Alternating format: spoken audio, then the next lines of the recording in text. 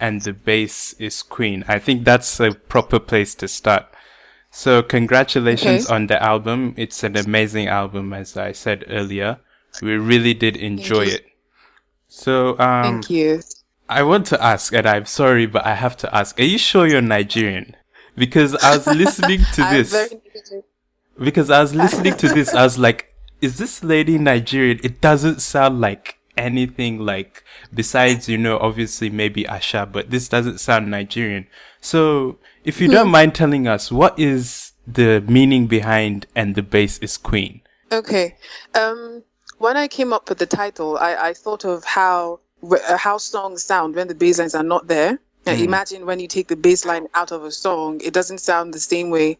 And I thought of the bass as balance for the other instruments in the song. Right. And I also thought about how the bass represents herself, how she shows herself. She could be really loud as she is in traditional jazz, or she could be flirtatious. She could come in and disappear and then come again. And I thought of that also in terms of how the queen is on the chessboard, how she can move in any direction. Right.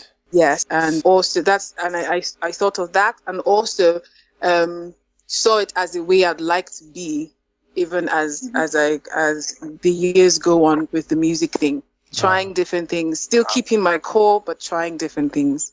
Oh, that's a very befitting title.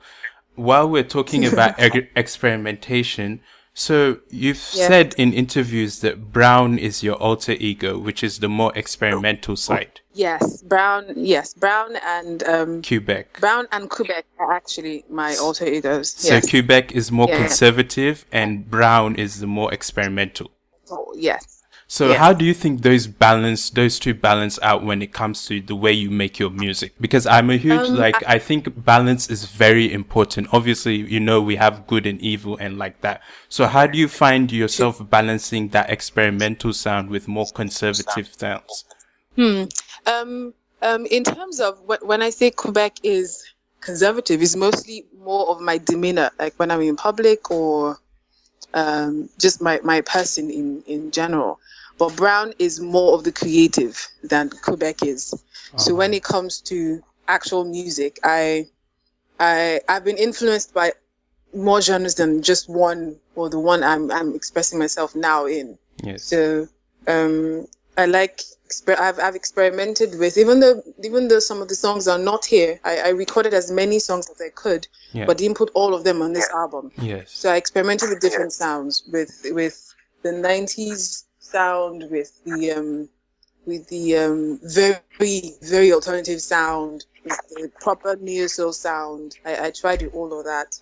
But in the end, what we're hearing now, and the Bass is Queen, is I think I pushed myself a little when it came to songwriting. I did. I worked with a songwriter besides myself for this album. Right.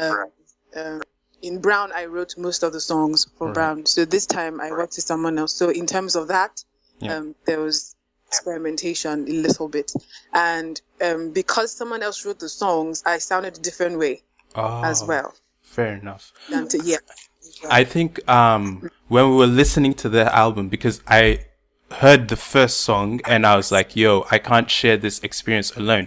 So I shared it with Yash, and I think Yash was also blown away. And because coming from a non-Nigerian background, actually listening to the album actually was very different. So the judge said before, it wasn't a Nigerian style music, which was surprising.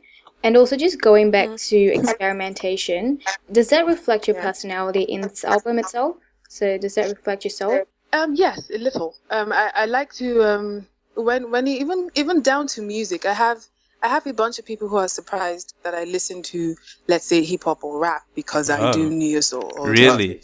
Yes. So I listen to all genres. I listen to people like Bjork. I listen to Tribe Called Quest. I listen to the Roots. I listen to almost all genres. So in when it comes to that, I'm actually, I look quiet, but when it comes to how I am creatively and the music I listen to, I'm an entirely different person. I'm not sure what kind of representation I would portray if I had to show everything I listen to. Mm-hmm. But yes, in terms of that, I would say the music I listen to is totally different from what you would see when you just see me. The assumption you'd make is entirely different. Yeah, which I'm not complaining about because this album was amazing.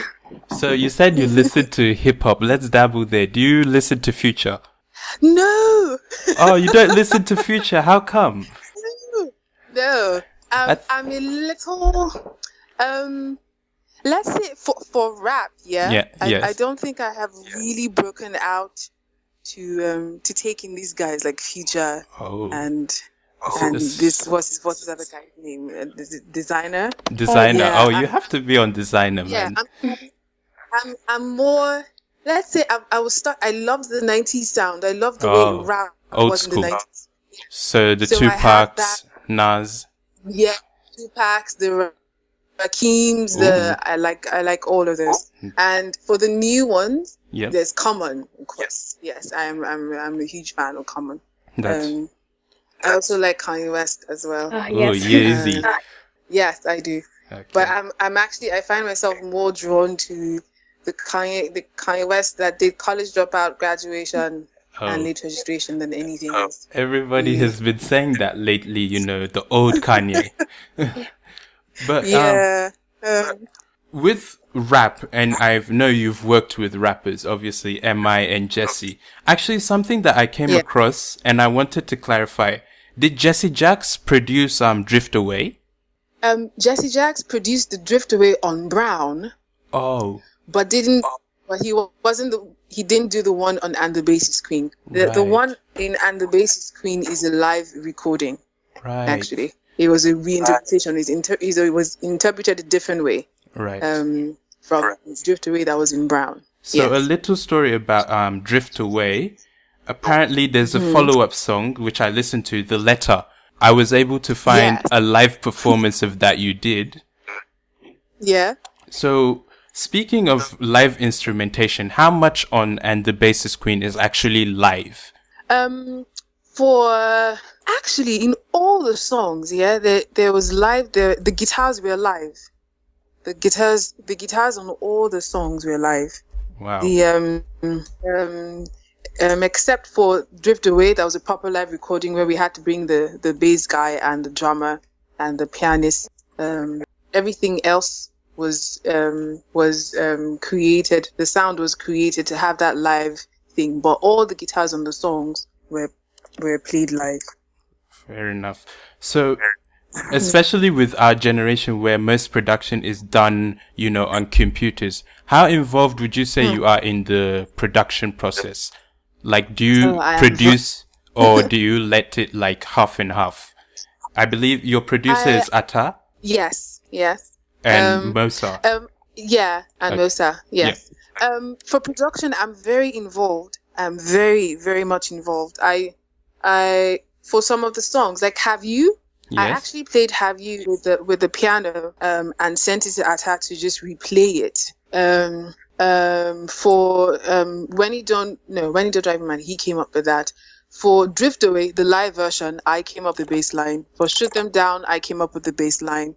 For Leaving, I had worked with someone else and I had the idea for Leaving, so I just brought it back to Atta to rework. I'm pretty much involved in my production, and I always like to be there because there's sometimes I want to hear a certain tone from an instrument that's used in the production, and if it doesn't sound as well as I want it to sound, I would ask that it should be changed, or we try to bring something else in. So I'm very much involved in my production.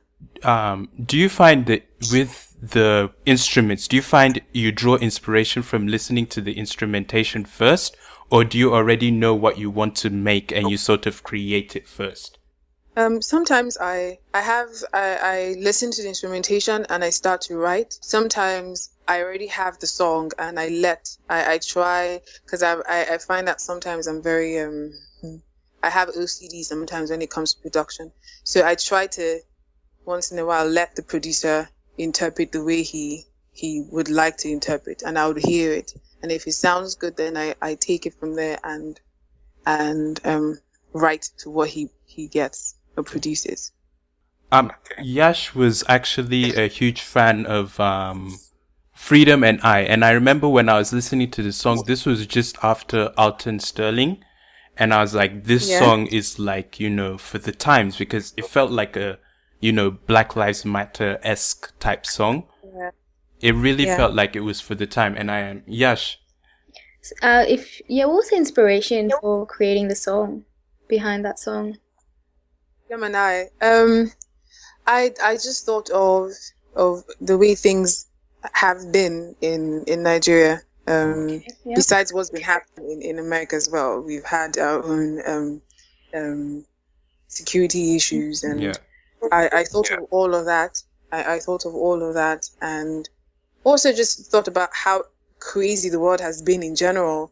And I think even for Freedom and I also thought of how our founders were, the dreams they had for the nations that we've become now, and what is become. That was all I thought about when I was writing, when I was recording that song. Actually, Atta wrote that song for me. It was but that was going through my mind when we were recording. It was a very strong song. Gave me goosebumps actually. But do you usually write your songs through experiences, or is it just from ideas? Or I write from either. I write from my experiences. I write from ideas I have in my head. I write from experiences of other people that are around me. Sometimes even news stories or articles even. Or even songs. When I listen to some songs, sometimes it gives me an idea for something and I write. My favorite song on this album is Scream at the Sun. For my interpretation, and I want to know if I'm correct, I think what you're trying to say is that human beings, we like to mess each other up and we don't pause to look at each other. Instead, we want to call on God. And that's something I find with like Nigerians. We will do what we want to do and then we say, God did. So is my interpretation correct, or is it like, am I off? It's a little close. It's a little close. But it's the Scream at the Sun is like a belly cry, really. It's the ironies, the ironies in life. You find someone who steals yam and has been imprisoned, and someone steals billions of naira, and he gets away with it. You know, the whole craziness. So Scream at the Sun is like a belly cry. Like, you know, why are we like this? Can we take the veil off our eyes and see what everything is really as they are?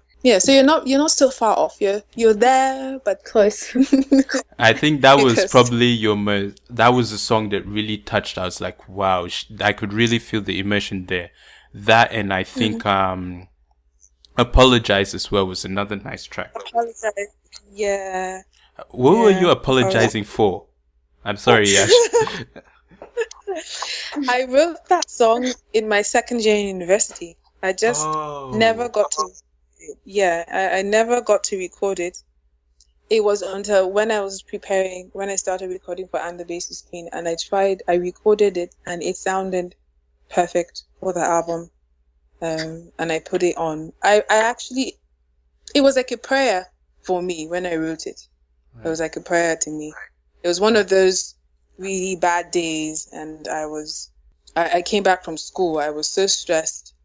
And I came back. Thankfully, my roommate wasn't around, so I was the only one. I picked my guitar. I started playing. I started writing. And I wrote Apologize in 10 minutes. I was done. And I kept playing it over and over. I think it was me playing it over and over and playing the emotion I felt when I wrote that song that made that song stick somehow. So when And the Bass is Clean was ready to be recorded, I had to show it perfect to be put in there.